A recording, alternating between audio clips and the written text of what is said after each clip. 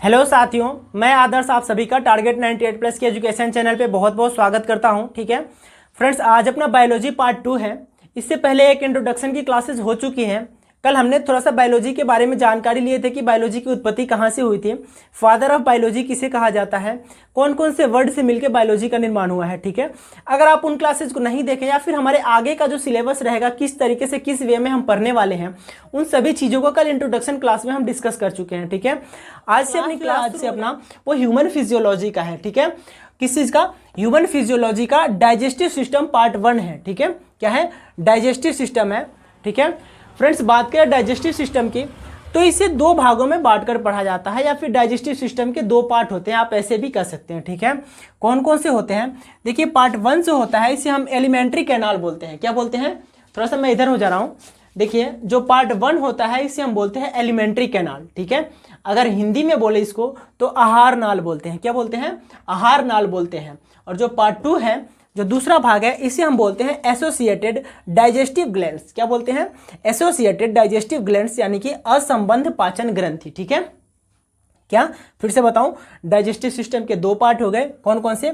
Alimentary canal, जिसे आहार नाल बोलते हैं। दूसरा पार्ट है एसोसिएटेड डाइजेस्टिव ग्लैंड्स, जिसे हम बोलते हैं असंबद्ध पाचन ग्रंथि। ठीक है, चलिए अब ये वर्क कैसे करती है हमारी जो डाइजेशन की जो प्रक्रिया होती है, उसमें जो ये अपना एलिमेंट्री कैनाल होते हैं, ये जो होते हैं ये डायरेक्टली वर्क करता है। यहाँ पे लिखा हुआ है, आप इसे नोट डाउन करके लिख लीजिएगा कि जो एलिमेंट्री कैनाल होते हैं, आहार नाल होते हैं, वो हमारे डाइजेशन प्रक्रिया के दौरान ये डायरेक्टली वर्क करते हैं। ठीक है, अब डायरेक्टली वर्क कैसे करते हैं मैं इसे बताऊंगा आपको, अभी इतना आप लिख लीजिए। ठीक है, अच्छा, दूसरा आ जाता है अपना एसोसिएटेड ग्लैंड्स जो है, ये जो अपना असंबद्ध पाचन ग्रंथि है, ये वैसे ऑर्गन होते हैं जो एंजाइम या फिर हार्मोन को सिक्रीट करते हैं। ये इनडायरेक्ट तरीके से हमारे डाइजेशन के द्वारा, मतलब डाइजेशन के दौरान ये इनडायरेक्ट तरीके से वर्क करते हैं। ठीक है, अच्छा, एग्जाम्पल के तौर पे अभी आपको समझ में नहीं आया होगा, मैं बताऊं ये डायरेक्ट इनडायरेक्ट का रिलेशन क्या है। ठीक है, आप एग्जाम्पल के तौर पे मान लीजिए एक रेलगाड़ी को। ठीक है, रेलगाड़ी का जो इंजन चलता है, ठीक है, रेलगाड़ी जब चलता है तो उसमें लुब्रिकेंट्स डलते हैं या फिर फ्यूल डलते हैं, और दूसरा एक उसका पहिया जो रनिंग करता है। ठीक है, जो पहिया रनिंग करता है उसको आप डायरेक्ट तरीके से मान लीजिए, और जो इनडायरेक्टली होता है वो आप मान लीजिए जो उसमें फ्यूल या फिर लुब्रिकेंट्स डलता है उसको। ठीक है, अभी भी समझ में नहीं आया होगा, मैं आपको फिर से बताऊँ। देखिए, जब हम कोई भी चीज़ खाते हैं, कोई भी चीज़ हम मुँह में लिए, जब हम चबाते हैं उसको ऐसे ऐसे ऐसे ऐसे करके चबाते हैं ना, जो हमारे उसको चबाने की प्रक्रिया होती है वो तो हमारा डायरेक्ट हो गया भाई, उसको डायरेक्ट हमने चबाया, ऐसे वर्क किया उस पर, किया ना, ऐसे ऐसे वर्क किया उस पर। और जो अंदर से हमारे हार्मोन रिलीज हो रही है उसको पचाने के लिए, जो हम खाते हैं वो थोड़ा सा जटिल पदार्थ में होते हैं। कैसे? मान लीजिए आपने कोई फूड खाया, ठीक है, कोई भी आप भोजन किए, आप रोटी खाए, चावल खाए, जो भी खाए, वो हमारे अंदर जब जाता है तो वो एक जटिल, यानी मतलब बहुत ज़्यादा कॉम्प्लेक्स होता है, थोड़ा सा मतलब उसको अंदर पाचन में दिक्कत होती है। तो इसके लिए हमारे अंदर से एक एंजाइम रिलीज होते हैं, हमारे शरीर में से कुछ एंजाइम या फिर हार्मोन रिलीज होते हैं, जो उसको पदार्थ, जो भी बड़े से वो होते हैं टुकड़े, मान लीजिए इतना बड़ा हमने रोटी खाया तो उतना बड़ा क्या डाइजेस्ट हो जाएगा हमारे अंदर? नहीं हो पाएगा ना। तो उसको छोटे छोटे पार्टिकल्स में तोड़ने का काम जो होता है वो हार्मोन्स के द्वारा होता है। ठीक है, और जो हमने अपने वर्क किए, जैसे मुंह से हमने दबाए, दांत से चिबाए, ऐसे ऐसे करके, उसको हम बोल सकते हैं डायरेक्टली वर्क। और जो हार्मोन रिलीज होते हैं जो उसको अंदर अंदर मतलब उसको छोटे पार्टिकल्स में तोड़ने का काम करते हैं, उसको हम बोल सकते हैं इनडायरेक्टली वर्क। ठीक है फ्रेंड्स, थोड़ा सा हमने डिफिनेशन लिख दी है इसमें। आहार नाल और यानी कि एलिमेंट्री कैनाल, जिसे हम फूड पाइप बोलते हैं, तो फूड पाइप और ग्लैंड्स के दो हमने थोड़ा सा डिफिनेशन लिख दिया है, इसे आप नोट डाउन कर लीजिएगा स्टार मार्क दे करके। ठीक है, देखिए, आहार नाल मानव शरीर की वैसी ग्रंथि है जो खाने को लेकर अंदर तक पहुंचाने का काम करती है। क्या करती है? जो भी हम खाना खाते हैं उसको अंदर तक, यहाँ से हमारी नली होती है, यहाँ से अंदर तक लेकर जाने का काम करती है आहार नाल। ठीक है, जिसे हम फूड पाइप भी बोलते हैं। ठीक है, चलिए आगे आ जाता है देन अपना ग्लैंड्स। ग्लैंड्स को हिंदी में बोलते हैं हम ग्रंथि। ठीक है, ग्रंथि क्या होता है इसका डिफिनेशन लिखिएगा आप एक बार यहाँ पे, कि यह हमारे खाने को पचाने का काम करती है। ठीक है, किस प्रकार से पचाती है? तो एंजाइम को रिलीज करके ये खाने को पचाने का काम करती है। ठीक है, चलिए आपको बताते हैं जो इनके एलिमेंट्री कैनाल जो होते हैं, यानी कि आहार नाल होते हैं, इनके कुछ पार्ट्स हैं, या फिर जो अपनी ग्लैंड्स होते हैं उनके भी कुछ पार्ट हैं, वो हम देखते हैं आगे की। हमने यहाँ पे आहार नाल के जो पार्ट होते हैं यानी एलिमेंट्री कैनाल के जो पार्ट होते हैं उसे हम लिख चुके हैं और यहाँ पे ग्रंथि वाले लिखे हैं। इसे आप नोट डाउन कीजिएगा पॉइंट वाइज, ठीक है।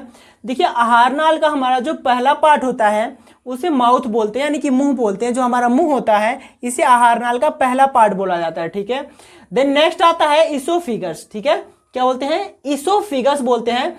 अगर हिंदी वर्ड इसकी बोले तो ग्रस नली बोलते हैं। क्या बोलते हैं? ग्रास नली बोलते हैं इसको हिंदी में। इंग्लिश में इसको इसोफिगस बोलते हैं, ESOPHEGUS। यहाँ से आप इसकी स्पेलिंग भी देख सकते हैं, ठीक है। चलिए देन नेक्स्ट आता है 3 नंबर पे आता है अपना स्टमक, ठीक है। स्टमच की बात करें अगर तो इसे हम हिंदी देसी शब्द में अगर बोले, आपको थोड़ा सा समझने में दिक्कत होता हो, स्टमच को हम अपने पेट बोलते हैं। क्या बोलते हैं? पेट बोलते हैं। जो पेट हमारा होता है उसे हम स्टमच बोलते हैं, ठीक है। चलिए जो चौथा पार्ट आता है अपना, ये स्मॉल इंटेस्टाइन होती है। कौन सी होती है? स्मॉल इंटेस्टाइन, जिसे हम छोटी आंत बोलते हैं। क्या बोलते हैं? छोटी आंत बोलते हैं। पांचवा जो है अपना लार्ज इंटेस्टाइन, जिसे हम बड़ी आंत बोलते हैं। क्या बोलते हैं? हमारे अंदर 2 प्रकार के आंत होते हैं, एक छोटी आंत होती है और एक बड़ी आंत होती है। दोनों का यूज किस लिए किया जाता है मैं आपको सारी को अच्छे आगे तरह मतलब अच्छे तरीके से समझा दूंगा आगे की क्लास में, ठीक है। जैसे जैसे हम चल रहे हैं वैसे वैसे चलेंगे। चलिए 6 नंबर पे आता है अपना जो है वो एनस, ठीक है, जहां से हमारा जो एक्सक्रीट होता है, जो भी हमारा बाहर निकलता है, जो डाइजेशन के बाद जो होता है। चलिए नेक्स्ट आता है अपना जो अपने ये हमने अपने आहार नाल तो कर लिए थे। आगे आता है अपना ग्रंथि, या फिर इसे हम ग्लैंड्स बोलते हैं, इंग्लिश में ग्लैंड्स बोलते हैं, ठीक है। नोट डाउन कर लीजिएगा आप। ज़्यादातर ग्लैंड्स आपको कई जगह ऐसे ग्लैंड्स भी लिखे हुए मिलते हैं आपको एग्जाम में, तो थोड़ा सा आप कंफ्यूजन नहीं होइएगा। ये देख लीजिए, ऐसे भी ग्लैंड्स मिल सकते हैं आपको, या फिर ऐसे आप ग्लैंड्स देख लीजिए जिसे हम ग्रंथि बोलते हैं, ठीक है। अच्छा ग्रंथि हमारे अंदर कौन कौन से होते हैं? तो देखिए 1 नंबर अपना आ जाता है पहला सलाइवरी ग्लैंड्स। क्या होता है? सलाइवरी ग्लैंड्स, जिसके हिंदी इंपॉर्टेंट है, उसकी हिंदी में लिख रखा हूं। वैसे एग्जाम में इसके सलाइवरी ग्लैंड्स से लिख के आते हैं, इसलिए मैंने इसका हिंदी नहीं लिखा, ठीक है। चलिए नेक्स्ट आता है अपना लीवर, जिसे हम यकृत बोलते हैं। क्या बोलते हैं? यकृत बोलते हैं लीवर को। ये भी हमारे ग्लैंड्स के अंदर ही आता है, ठीक है। चलिए नेक्स्ट आ जाता है अपना पेनक्रियाज, जिसे हम अग्नाशय बोलते हैं। क्या बोलते हैं? अग्नाशय बोलते हैं। यानी पेनक्रियाज भी हमारी ग्लैंड्स के अंदर ही आते हैं, ठीक है। और जो अपना लास्ट वाला आता है, आप कई जगह आप 3 ही पढ़े होंगे कि सलाइवरी ग्लैंड्स, लीवर और पेनक्रियाज, ठीक है। लेकिन गैस्ट्रिक जूस भी आता है इनके अंदर ही, ग्लैंड्स के अंदर ही, ठीक है। कौन से? गैस्ट्रिक जूस, जो स्टमच के द्वारा रिलीज किया जाता है, ठीक है। किसके द्वारा? जो पेट के द्वारा हमारे जो जूस रिलीज किया जाता है उसे हम गैस्ट्रिक जूस बोलते हैं, और ये भी हमारे ग्लैंड्स का ही टाइप है, ठीक है। आई थिंक आपको इतने चीज़ों में कोई दिक्कत नहीं होगी, ठीक है। वैसे मैं एक बार फिर से रिकॉल कर लेते हैं हम लोग, ठीक है। देखिए आहार नाल, जिसे हम एलिमेंट्री कैनाल बोलते हैं, इसके अंदर मुख्यतः 6 पार्ट होते हैं। अच्छा आप लोग थोड़ा सा कंफ्यूजन तो नहीं हो रहा है कि डाइजेस्टिव सिस्टम के अंदर अब ये आहार नाल के अंदर कौन सा पार्ट आ गया, ठीक है। मैं आपको एक एग्जाम्पल के तौर पर बताऊँ। जैसे मान लीजिए एक कोई सा पार्टिकुलर आप एक इंजन को देख लीजिए, चलिए ठीक है। कोई सा भी गाड़ी का इंजन होता है, उसके अंदर कई सारे पार्ट होते हैं, ठीक है। जैसे आप देख सकते हैं कि जो उसका पिस्टन होता है अलग, और भी कई सारे पार्ट होते हैं। वैसे ही आप मान लीजिए कि ये जो आहार नाल होते हैं, हमारी जो डाइजेशन की प्रक्रिया होती है, इसके अंदर कई सारे पार्ट मिलकर के हमारे जो पाचन का प्रक्रिया होता है इसको पूरा करते हैं, ठीक है। तो इसी में जिसे हम आहार नाल बोलते हैं, इसे एलिमेंट्री कैनाल बोल सकते हैं आप। क्या बोल सकते हैं? Alimentary canal. आप इसे इंग्लिश में लिख लीजिएगा यहाँ पे, अगर कंफ्यूजन हो कोई तो। इसके मुख्यतः 6 पार्ट होते हैं: mouth, oesophagus, stomach, small intestine, large intestine और एनस, ठीक है। ग्लैंड्स जो है हमारे, ग्लैंड्स के जो पार्ट होते हैं वो salivary glands, liver, pancreas, gastric juice. जो गैस्ट्रिक जूस आपसे एग्जाम में पूछे जाते हैं कि गैस्ट्रिक जूस कहाँ से रिलीज किया जाता है, ठीक है। तो हमारे स्टमच के द्वारा गैस्ट्रिक जूस को रिलीज किया जाता है, ठीक है। इसे आप नोट डाउन कर लीजिएगा, बहुत ही इंपॉर्टेंट। ये आपको यहाँ पे मैं लिख दिया हूँ। वैसे आप मुख्यतः 3 पार्ट ही पढ़े होंगे ग्लैंड्स के अंदर, सलाइवरी ग्लैंड्स, लीवर और पेनक्रियाज, ठीक है। लेकिन ये भी इंपॉर्टेंट है, गैस्ट्रिक जूस भी आता है हमारे ग्लैंड्स के अंदर ही, जो हमारे स्टमच के द्वारा रिलीज किया जाता है, ठीक है। अब कोई दिक्कत तो नहीं है इसमें। चलिए चलते हैं अपने नेक्स्ट स्लाइड। देखिए फ्रेंड्स, जो डाइजेशन होता है यानी पाचन 4 प्रकार से होते हैं, ठीक है। हम जो भी खाते हैं वो हमारे शरीर के अंदर 4 प्रकार से हम जो भी डाइजेशन की प्रक्रिया होती है। कैसे मैं बताऊं आपको। देखिए पहला तो होता है इंजेक्शन। हम क्या करते हैं? खाना को लेते हैं अपने अंदर। क्या करते हैं? खाना को लेते हैं। देन नेक्स्ट होता है उसको पचाते हैं, जिसे हम बोलते हैं डाइजेशन, ठीक है। अपना खाना ले लिए हम, खाना पच गया, अब क्या होगा उसका, अच्छा खाना ले लिए, खाना पच गया, उसको बाहर वैसे तो नहीं निकालना है ना, उसमें से हमें कुछ एनर्जी जो होती है उसको हमको एब्जॉर्ब करके निकालना होता है। क्या होता है, तो देन तीसरा नंबर जो आता है अपना अवशोषण आता है। कौन सा, एब्जॉर्प्शन, जिसे हम बोलते हैं अवशोषण, ठीक है, उसको एब्जॉर्ब किया जाता है। जो भी खाना हमने अंदर लिए, खाए, पच गया, अब उसमें से निचोड़ के मतलब एब्जॉर्ब करके उसके अंदर से जो भी एनर्जी होगी, जो भी हमारे एटीपी वगैरह बनते हैं, आगे बताऊंगा आपको मैं कैसे एटीपी बनता है, क्या होता है, किस प्रक्रिया में हमारे जो प्रोटीन बनते हैं कैसे बनते हैं, सारे बताऊंगा, ठीक है। देखिए अब उसको एब्जॉर्ब करके हमने उसमें से जो भी इंपॉर्टेंट एनर्जी है वो सारे हमने उसमें से निकाल लिए, ठीक है। क्या क्या हो गया, खाना ले लिए, पच गया, एब्जॉर्ब कर लिए। अच्छा जो बच गया उसको क्या करेंगे, तो उसको हम इंजेक्शन यानी कि वेस्ट मटेरियल को बाहर निकालते हैं। फिर क्या करते हैं, बाहर निकालते हैं। इस तरह से हमारे टोटल 4 माध्यम से हमारे जो भी खाना होता है उसका पाचन होता है। कैसे, जो भी हम खाते हैं उसको एक बार खाना लेते हैं, खाना ले लिए, फिर पचाते हैं अंदर, पचाने के बाद से उसको एब्जॉर्ब करते हैं। क्या करते हैं, एब्जॉर्ब करते हैं, निकाल के उसमें से निचोड़ के, जैसे होता है हमारे, हम नहीं करते, हमारे अंदर के जो भी ग्लैंड्स होते हैं, जो भी हमारे अंदर ग्रंथि होती हैं, वो सारे उसमें से जो भी प्रोटीन वगैरह जो भी होते हैं वो सारे निकाल करके अवशोषित करके इसके बाद से जो वेस्ट मटेरियल होते हैं उसको एनस के माध्यम से बाहर निकालने का कार्य करते हैं, ठीक है। चलिए यहाँ तक समझ गए आप लोग। चलिए चलते हैं नेक्स्ट स्लाइड की तरफ। फ्रेंड्स यहाँ पे कुछ इंपॉर्टेंट पॉइंट हम लिखे हुए हैं, इसे आप नोट डाउन कीजिएगा, ठीक है। इंपॉर्टेंट पॉइंट है, एग्जाम में पूछे जाते हैं यहाँ से, इसे आप नोट डाउन कीजिएगा। देखिए डाइजेशन सबसे पहले हमारे मुख से होता है, जिसे हम मुख गुहा बोलते हैं, ठीक है। क्या बोलते हैं, मुख गुहा बोलते हैं। और इस जो हमारे मुंह वाले पोर्शन होते हैं, जो भी ये वाले हिस्से यहाँ से लेकर के और ये वाले जो हिस्से होते हैं, इसको हम बक्कल कैविटी से जानते हैं। क्या बोलते हैं, बक्कल कैविटी। यहाँ पे हिंदी में लिख दे रहा हूँ, ठीक है। देखिएगा क्या बोलते हैं इसको, बक्कल कैविटी, ठीक है। और बक्कल कैविटी के अंदर हमारे कौन कौन से पार्ट आते हैं, तो उसके अंदर हमारे दांत, ठीक है, होठ और जीभ तीनों आते हैं। कौन कौन से, बक्कल कैविटी के अंदर हमारे 3 पार्ट कौन कौन से आते हैं, ध्यान कीजिएगा, दांत, होठ और जीभ, ठीक है। अच्छा इनका काम क्या होता है हमारे डाइजेशन के दौरान, ये क्या काम करते हैं मैं एक बार बता रहा हूँ, ठीक है। देखिए जो दांत है ये हमारे खाने को काटने का काम करते हैं। क्या करते हैं, दांत जो होते हैं वो जब भी हम खाना खाते हैं उस खाने को काटने का काम करते हैं। जब हम चिबाते हैं ना ऐसे ऐसे ऐसे ऐसे करके, तो उसको काटने का काम करते हैं, जो हमारा वो दांत का काम होता है, ठीक है। चलिए आगे आता है अपना होठ का क्या काम होता है, ठीक है। जो होठ होते हैं ये हमारे डाइजेशन में किस प्रक्रिया से काम करते हैं, किस तरह से काम करते हैं, ठीक है। फ्रेंड्स बात करें होठ की, जब हम खाना को खाते हैं या चबाते हैं तो उस दौरान हमारे खाने को बाहर नहीं आने देते। क्या होता है, यहाँ पे लिख रखा हूँ मैं, खाने को बाहर नहीं आने से रोकते हैं। क्या काम होता है होठ का, खाना को बाहर आने से रोकना होठ का काम होता है। चलिए आगे आ जाता है अपना जो तीसरा है, वो बक्कल कैविटी के अंदर जो हमारा अपना तीसरा पार्ट होता है, जीभ होता है, ठीक है। अच्छा जीभ का क्या काम होता है, हमारे डाइजेशन के दौरान जीभ किस प्रक्रिया से काम करते हैं, क्या काम करते हैं, ठीक है। तो ये हमारे नोट डाउन कीजिएगा, इसको इंपॉर्टेंट है, बहुत इंपॉर्टेंट है, मैं बता रहा हूँ, एग्जाम में पूछे जाते हैं यहाँ से क्वेश्चंस, ठीक है। तो जो जीभ होते हैं ये हमारे सलाइवा, जिसे हम लार बोलते हैं, जो लार होते हैं उनको खाने के साथ मिक्स करने का काम करते हैं, ठीक है।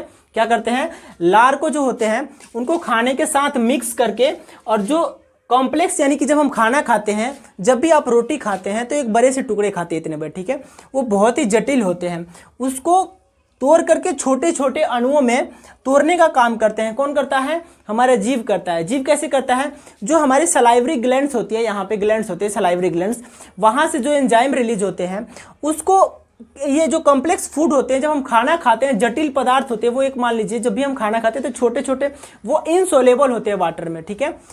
एक आपको बता दूं, जैसे मान लीजिए हमने कोई खाना खाया, फ्रेंड्स जो हम खाने खाते हैं ना वो पानी में डायरेक्टली सॉल्युबल नहीं होते हैं। क्या होते हैं, पानी में डायरेक्टली अच्छे तरीके से सॉल्युबल यानी कि घुलनशील नहीं होते हैं।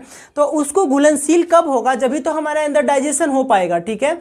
जब छोटे छोटे अणुओं में वो टूट पाएंगे, इतने छोटे छोटे हो जाएंगे बारीक कि वो हमारे पानी के अंदर, मतलब अंदर हमारे वो सॉल्युबल हो जाए या फिर घुल जाए, ठीक है। तो उस दौरान हमारे जो खाने का डाइजेशन है वो अच्छे प्रक्रिया के, मतलब अच्छे तरीके से हो जाएगा, ठीक है। तो वो क्या करते हैं, हमारे जो सलाइवरी ग्लैंड्स होते हैं वो इसी को तोड़ने का काम करते हैं, ठीक है। और यहाँ से इंपॉर्टेंट वो है एक आप नोट डाउन कर लीजिएगा कि जो हम खाना खाते हैं वो पानी में इनसॉल्युबल होता है, कॉम्प्लेक्स वो एक पदार्थ होता है, मतलब जटिल पदार्थ होता है जो पानी में घुल नहीं सकता। उसे घुलाने के लिए सलाइवरी ग्लैंड्स के द्वारा कुछ हार्मोन रिलीज किया जाता है, कुछ एंजाइम रिलीज किया जाता है, जिससे वो छोटे छोटे अणुओं में तोड़े जाते हैं। इसके बाद वो पानी में घुलनशील यानी कि सॉल्युबल हो जाते हैं। ठीक है, चलिए यहाँ से इंपॉर्टेंट हो गया। आई थिंक कोई दिक्कत नहीं होगी आपको, मैं एक बार फिर से रिकॉल कर दे रहा हूँ। ठीक है, देखिए जो डाइजेशन होता है सबसे पहले हमारे मुंह से शुरू होता है, इंपॉर्टेंट पॉइंट है, इसे नोट डाउन कर लीजिएगा। ठीक है, अच्छा मुंह के जो आगे वाले पार्ट होते हैं, ये आगे वाले पोर्शन इस बकल कैविटी बोलते हैं। ठीक है, अच्छा बकल कैविटी के अंदर कौन कौन से पार्ट आते हैं? तो बकल कैविटी के अंदर हमारे दांत आते हैं, होठ आते हैं और जीभ आते हैं। ठीक है, दांत का क्या काम होता है? तो दांत का काम होता है हमारे खाने को काटने का काम दांत करते हैं। ठीक है, और जो होठ है अपने, वो खाने को बाहर आने से रोकते हैं। जब हम चबाते हैं, खाने को खाते हैं, तो हमारा खाना बाहर नहीं आए, ये इसको मतलब रोकने के लिए होठ काम करते हैं। ठीक है, और जो अपने जीभ होते हैं, वो जीभ क्या करते हैं? हमारे सलाइवा यानी जो लार हमारे सलाइवरी ग्लैंड से निकलते हैं, जो उसको मिक्स करके और खाने को कॉम्प्लेक्स जो होते हैं, जटिल खाने होते हैं, जटिल पदार्थ मतलब बड़े बड़े टुकड़े होते हैं, उसको खाने के साथ मतलब लार के मिक्स करके और थोड़ा सा उसको मतलब आसान सा मतलब एक लार्वा टाइप का, आपको बता दूं लुब्रिकेंट्स मान लीजिए आपने एक कोई सा चावल खाए थोड़ा सा। ठीक है, तो हमारे जो अंदर से जो एंजाइम रिलीज, हार्मोन जो रिलीज होंगे सलाइवरी ग्लैंड्स में से, जो वो लार के साथ मिलकर लुब्रिकेंट्स टाइप के बन जाएंगे। क्या होंगे? लुब्रिकेंट्स टाइप के बन जाएंगे और वो हमारे अंदर मतलब आसानी से आ जाएंगे अंदर की तरफ। ठीक है, तो यही काम हमारे जीभ का होता है, जो सलाइवा को मिक्स करने का काम करता है। ठीक है, अच्छा चलिए बाकी हमने एक और बताए थे आपको कि जो हम खाना खाते हैं वो वाटर में इनसॉल्युबल होता है, जो हार्मोन या फिर एंजाइम के मतलब द्वारा अलग अलग छोटे छोटे टुकड़ों में होने के बाद वो सॉल्युबल हो जाता है। ठीक है, तो इतना हो गया, चलिए चलते हैं नेक्स्ट स्लाइड। फ्रेंड्स बात करते हैं अगर हम सलाइवरी ग्लैंड्स की, तो सलाइवरी ग्लैंड्स को 3 पार्ट में बांटा जाता है। कैसे? सलाइवरी ग्लैंड्स 3 पार्ट के मतलब 3 भाग में होते हैं। कौन कौन से 3 प्रकार के? उसके 3 टाइप होते हैं, प्रकार होते हैं। आप ऐसे नोट डाउन कर सकते हैं या फिर ऐसे कर लीजिएगा। ठीक है, सलाइवरी ग्लैंड्स को 3 पार्ट में डिवाइड किया जाता है। एक जो होता है उसे हम बोलते हैं पैरेटाइड ग्लैंड्स। क्या बोलते हैं? पैरेटाइड ग्लैंड्स बोलते हैं। दूसरे को बोलते हैं सबलिंगुअल ग्लैंड्स। क्या बोलते हैं? Sublingual glands. और तीसरे को बोलते हैं सबमैंडिबुलर। क्या बोलते हैं? सबमैंडिबुलर ग्लैंड्स बोलते हैं। ठीक है, फिर से बता दूं आपको, पैरेटाइड ग्लैंड्स, सबलिंगुअल ग्लैंड्स और सबमैंडिबुलर ग्लैंड्स। ठीक है, अच्छा अब बात करते हैं ये पाए कहाँ कहाँ पे जाते हैं। आपको ये पता होगा कि सलाइवरी ग्लैंड्स हमारे यहाँ पे पाए जाते हैं, मुख में पाए जाते हैं। ठीक है, यहाँ पे अब ये तीनों इसके जो पार्ट होते हैं मुख में, ये कहाँ पाए जाते हैं? ठीक है, तो जो अपने पैरेटाइड ग्लैंड्स होते हैं ना, ये हमारे तालू में पाए जाते हैं। कहाँ पे?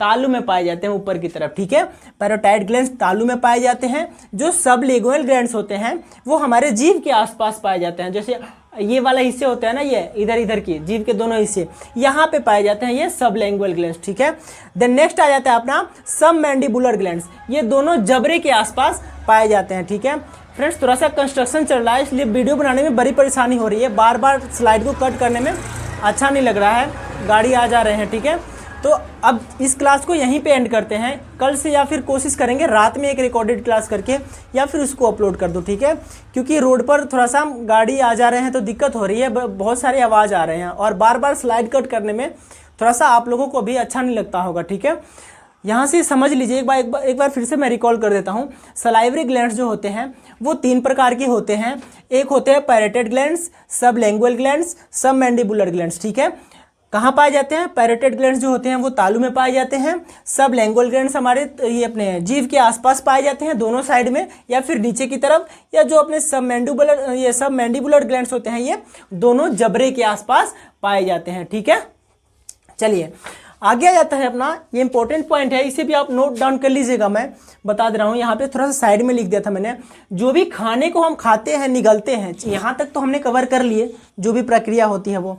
ठीक है, अच्छा एक कल की क्लास में एक चीज़ और आपको बताऊंगा, जो अपना डेंटल फार्मूला होता है ना, दांत के बारे में कुछ और चीज़ें बाकी है, आपको कुछ डेंटल फार्मूला बताना है या फिर कुछ और चीज़ें हैं जो मैं आपको कल की क्लास में बताने वाला हूं बड़े अच्छे तरीके से। तो थोड़ा सा इस पार्ट का भी रह जाएगा। और जो इसके नीचे जब खाना जाता है, किस प्रक्रिया के दौरान जाता जाता है, कैसे जाता है, उन सभी चीज़ों को कल हम कवर करेंगे। वैसे आज एक ये इंपॉर्टेंट टॉपिक है, इंपॉर्टेंट पॉइंट है, इसे आप नोट डाउन कर लीजिएगा कि खाने को जब हम निगलते हैं उस प्रक्रिया को वो किस गति से जाता है। जब हमारे खाना यहाँ से अंदर जाता है, जिस गति से जाता है उसको क्या कहते हैं। ये इंपॉर्टेंट क्वेश्चन है, यूपीएससी में कई बार ये क्वेश्चन पूछे गए हैं। ठीक है फ्रेंड्स, बात करें इसकी तो इसे हम क्रमाकुंचन गति बोलते हैं। ये प्रक्रिया लिखा गया है, सॉरी थोड़ा सा यहाँ पे इसको करेक्ट कर लीजिएगा, क्रमाकुंचन गति। अगर इंग्लिश में बोले इसको पेरिस्टाइल मोशन या फिर आप इसे क्रमाकुंचन गति कह सकते हैं। ठीक है, तो गाइस सेशन को यहीं पे एंड करते हैं। क्लास अगर आपको अच्छा लगा हो तो प्लीज़ इसे शेयर अवश्य कीजिएगा। क्या करना है, प्लीज़ अपने भाई के लिए एक शेयर अवश्य कीजिएगा ताकि ये जो छोटा सा टूटा पुराना बोर्ड है इसको हम चेंज कर सके। आप लोग सपोर्ट नहीं करेंगे तो फिर कैसे होगा। ठीक है, तो थोड़ा सा आप लोग सपोर्ट कीजिएगा, इस सेशंस को शेयर कीजिएगा। अगर अच्छा लगा हो तो इसे लाइक अवश्य कीजिएगा। ठीक है, आपको किसी प्रकार की कोई भी दिक्कत हो, आपको इस सेशंस के मतलब जुड़े जितना हम पढ़ाए हुए हैं इसमें आपको किसी भी प्रकार की बायोलॉजी से रिलेटेड कोई भी दिक्कत हो, आप उसे कमेंट कीजिएगा, हम अवश्य उसका रिप्लाई करके उसको सॉल्व करेंगे, आपकी जो भी समस्या होगा उसका। ठीक है, तो thank you so much guys, मिलते हैं आपसे अगले सेशंस के माध्यम से। Bye bye. सेशन पे अगर अच्छा सॉरी एक बात मैंने बोलना छोड़ दिया था, अगर आप इस चैनल पे पहली बार विजिट किए हैं तो इसे सब्सक्राइब अवश्य कर लीजिएगा। क्या करना है, आपको सब्सक्राइब कर लेना है ताकि ये क्लास आपको हमेशा मिलती रहे और आप प्रतिदिन साथ बनाए रखिए। बिल्कुल बेहतरीन तरीके से, अच्छे तरीके से सारे क्लास को, हर टॉपिक को कवर करने वाले हैं, किसी भी प्रकार की आपको कोई दिक्कत नहीं होने दूंगा। ठीक है, तो thank you so much guys, मिलते हैं आपसे अगले सेशंस के माध्यम से। Bye bye.